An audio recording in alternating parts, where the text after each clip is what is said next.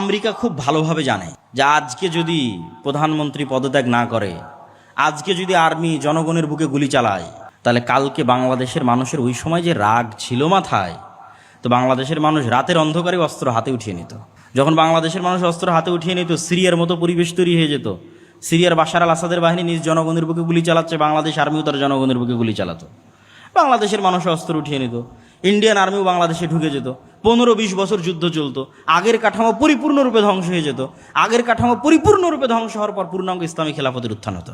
কিন্তু এতে অনেক রক্ত, অনেক শ্রম, অনেক পরিশ্রম যেত। কিন্তু আমেরিকা এটা খুব ভালোভাবে জানে যে এখন যদি আর্মি অস্ত্র উঠায় তাহলে এই কাঠামো শেষ।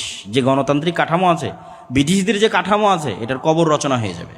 অতএব যার উপর রাগ উঠেছে সে পদত্যাগ করুক, মানুষ ঠান্ডা হয়ে যাক, কিন্তু কাঠামো বেঁচে যাক। বুঝেননি মনে হয়?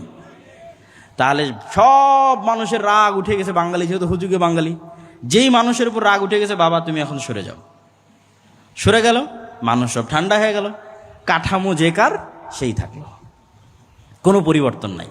এবং এইভাবেই খেলা হয়। যেহেতু আজকের আধুনিক বিশ্বের মূল ক্ষমতার চাবিকাঠি তাদের হাতে, সুতরাং তারা এইভাবেই খেলে। তাদের কাঠামো তাদের টিকিয়ে রাখতে হবে, কেন কাঠামো ভেঙে পড়লে সেখান থেকে ইসলামের উত্থান হবে। এটা খুব ভয়ঙ্কর জিনিস, এটা তারাও খুব ভালোভাবে জানে, তাদের জন্য এটা খুবই ভয়ঙ্কর।